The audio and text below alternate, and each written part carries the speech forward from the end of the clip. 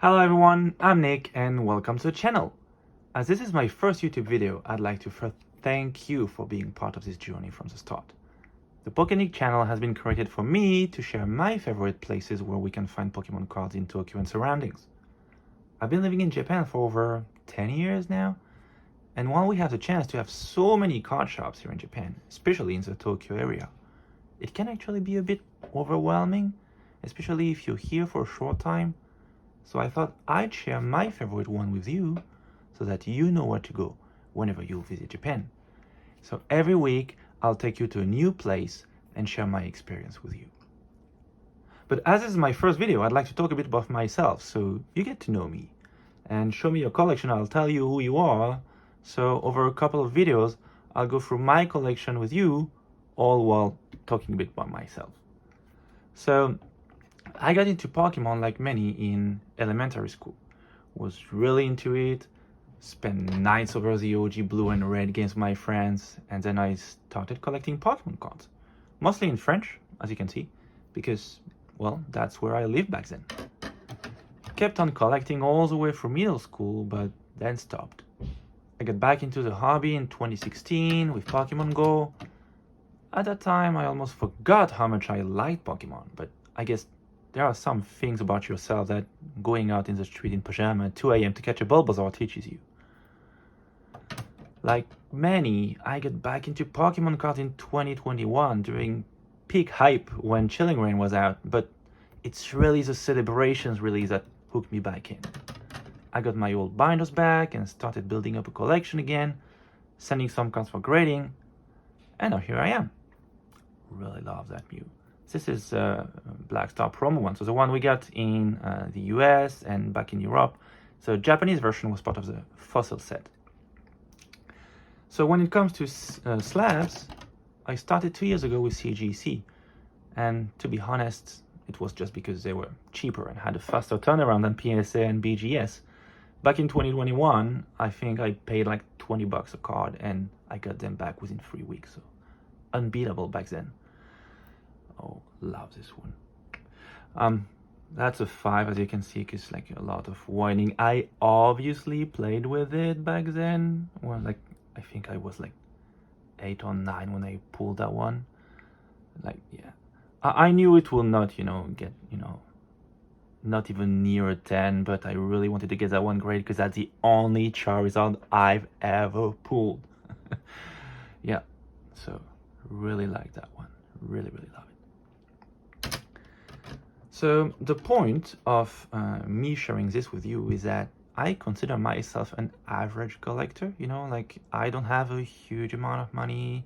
I don't only have a few sealed products that I really care about. No crazy slabs, as you can obviously see. As I said, I just restarted building my collection 2 years ago, so your collection is probably as or even more impressive than mine. And to me, that was the point of it, to build a community of collectors who can relate and whom I can eventually help. I got a couple of these. Both of them got an 8. Like, I know it's really hard to get this one graded 10. They are often off-centered. So, beautiful looking card though, and like so full of memories. Dark Dragonair. First edition French, like most of the one I sent to CGC that time. Hitmonchan, first also 5, like the Charizard, a lot of whining. This one's so cute, I love it. Like the pattern in the back, the color is just so beautiful, love it. Not the first edition, so yeah. Very nice. This one is the first, so Rocket. Rocket was by far my favorite set when it comes to Wizard of the Coast. So I have most of, if not all of the Rocket card I have. I'll show you my master set in another video, but yeah, Rocket definitely top tier for me. Dark Jolteon here, and the Beast, the Dark Charizard, first ed, French of course. Like this one's also another one I've pulled myself. So don't care whether it's an 8, a 9, a 10, or a 2. I just love the card. I think that's one of the best Charizard ever. The design is just so cool. Really love it. So these are the cards that I've sent back in 2021, all the CGC. That's my first and only submission to CGC. So I've sent all of the French cards I showed you, plus a few Japanese ones that I've pulled since I restarted building my collection. So these Gold Pikachu VMAX 9.5. I'm planning on resending this one to CGC since they've reworked their grading system. So guess it will come back at 10 now. Another very cool one. I love that card so much also. Charizard VMAX. Such a good looking card. I bought that one. Is one of the shop that I'll take you to in the coming weeks. So yeah, you'll get a chance to see where I got it.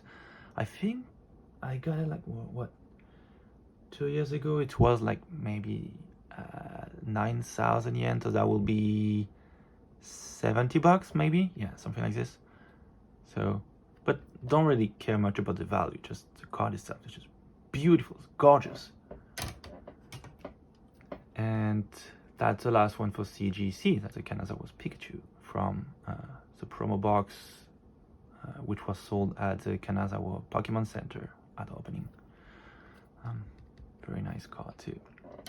So after my first submission to CGC, I've kept on collecting in Japan exclusively, and for my later submissions, I switched to BGS.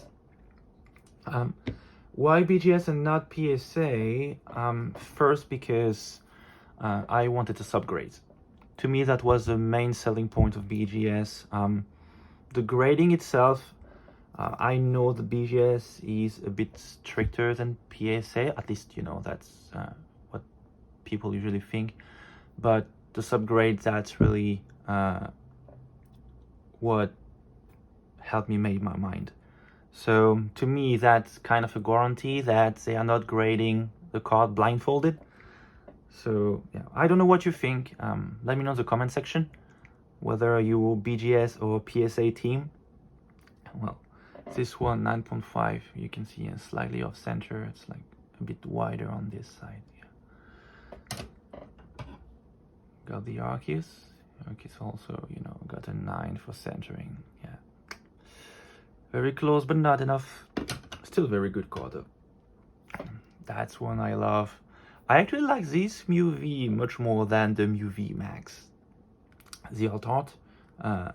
This one's just way more cute. Yeah, like this one.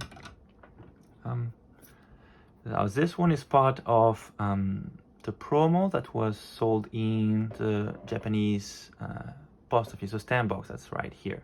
So there was this one and the Pikachu beauty looking bag. Gorgeous card coming later.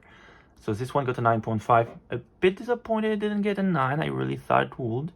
But, well, I have another one of these boxes that I'm keeping sealed. I eventually crack it open someday and resubmit this card. This one, that was my biggest disappointment. So this one is from the Precious Collector box. So this one. And I don't know why it came back a 9. I actually don't understand. Like, I don't know. Like, it says corners and edges both got a 9, but I honestly don't see what's wrong about the corners and edges on this card. I mean, it looks... Yeah, no, it looks great to me. So I was really disappointed. I really hoped this one would get a 10 because I love it. The whole pattern is just beautiful. It's yeah. To me, that like one, if not the best card, at least, you know, the most beautiful card that has been released in 2022. So yeah, love that card. Then yeah, I got a couple of these. So Chansey and Rare Coil. So here you can see, so these two are from base set, but they are the no rarity version. Okay, so they don't have any rarity mark. in Japan, you might know they didn't get first ed. So in the European and American sets, we got first edition and then we got unlimited. In Japan, they didn't get first edition. Instead, they got what we call the no rarity mark version, which was the first release edition of base set. So usually if you look at the holo card in Japan, there is a star symbol here in the bottom right corner, which means it's a rare / holo card. But that first print didn't get the rarity mark, so it's commonly referred as no rarity. So you can see here, no rarity card. So they are slightly more expensive than unlimited version. But yeah, I really wanted, 6.5, 7.5, not great, but I'm really happy to have these two in my collection. Hopefully I can end up with all of the base set no rarity mark in my collection at some point. This one, that is a gorgeous card. That Suicune is just, it's a beast. I love it.